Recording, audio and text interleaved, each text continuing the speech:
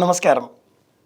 మాసాలలో ధనుర్మాసం చాలా ప్రత్యేకతతో కూడుకున్నది. ఈ మాసంలో తిరుమలలో శ్రీవారి సేవలో ఉండే మరొక అరుదైన విశేషం, అద్భుతమైన ఆకర్షణ శ్రీవారి భుజం మీద రామచిలుకను అలంకరించడం. ఏమిటి ఇందులో ఆంతర్యం? ధనుర్మాసంలో శ్రీవారి సేవలలో భుజం పైన చిలుక ఎందుకు? సమాధానం చాలా ప్రత్యేకం.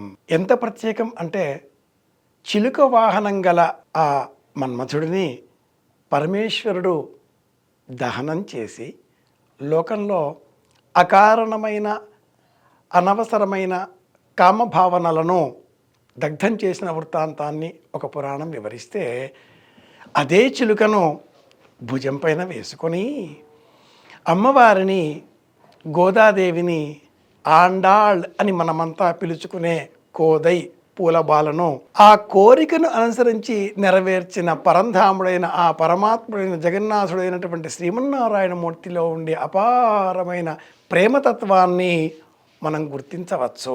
రంగనాథుడిలో ఉండే ప్రేమను ప్రకటించడం కోసమే తిరుమలలో శ్రీవారి భుజం పైన ఈ ధనుర్మాసంలో చిలుకను అలంకారంగా అలంకరించి మనందరికీ ఆనందాన్ని కలిగించే విధంగా స్వామి రూపాన్ని తీర్చిదిద్దుతారు. రంగనాథుడికి శ్రీవారికి ఉన్న అనుబంధం ఏమిటి? ఇది రెండవ ప్రశ్న. పూర్వం రంగనాథుడి కొలువులో ఇతర విదేశీ శక్తుల ప్రాబల్యం పెరగడంతో స్వామిని సంరక్షించడం కోసం స్వామివారి ఉత్సవమూర్తులను అక్కడి నుంచి తొలగించి భద్రపరచి తిరుపతికి చేర్చినటువంటి వైనం చరిత్రలో జ్ఞాపకం తెచ్చుకోదగిన అంశం.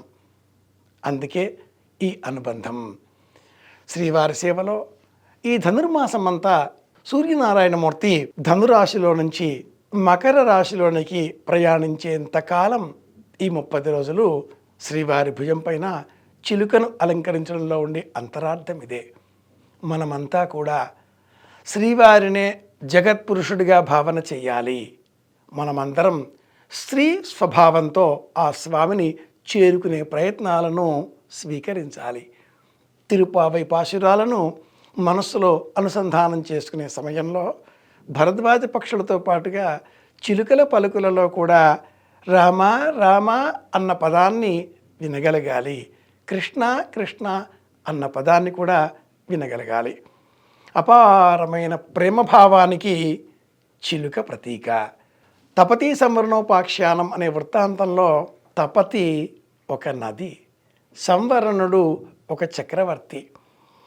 తపతి సూర్యుని కుమార్తె. తపతిని వివాహం చేసుకునే నిమిత్తమై సంవరణుడు చేసిన ప్రయత్నాలలో ఆ సంవరణుడికి ఈ తపతికి మధ్యన రాయబారం నిర్వహించింది ఒక చిలుక. అది చిలుక రాయబారం. ప్రేమభావాన్ని ప్రపంచవ్యాప్తం చేసే నిమిత్తమై, మనలో సమష్టి తత్వాన్ని పెంచే నిమిత్తమై శ్రీవారికి ఇలా ఈ ధనుర్మాసంలో చిలుకను అలంకరిస్తారు. ఇది విశేషం. స్వామిని సేవించుకుందాం, జ్ఞానాన్ని పెంచుకుందాం, మళ్ళీ కలుసుకుందాం. వెంకటరమణ శాస్త్రి గారి పెద్దబ్బాయి కాకునూరు సూర్యనారాయణమూర్తి. శుభమస్తు.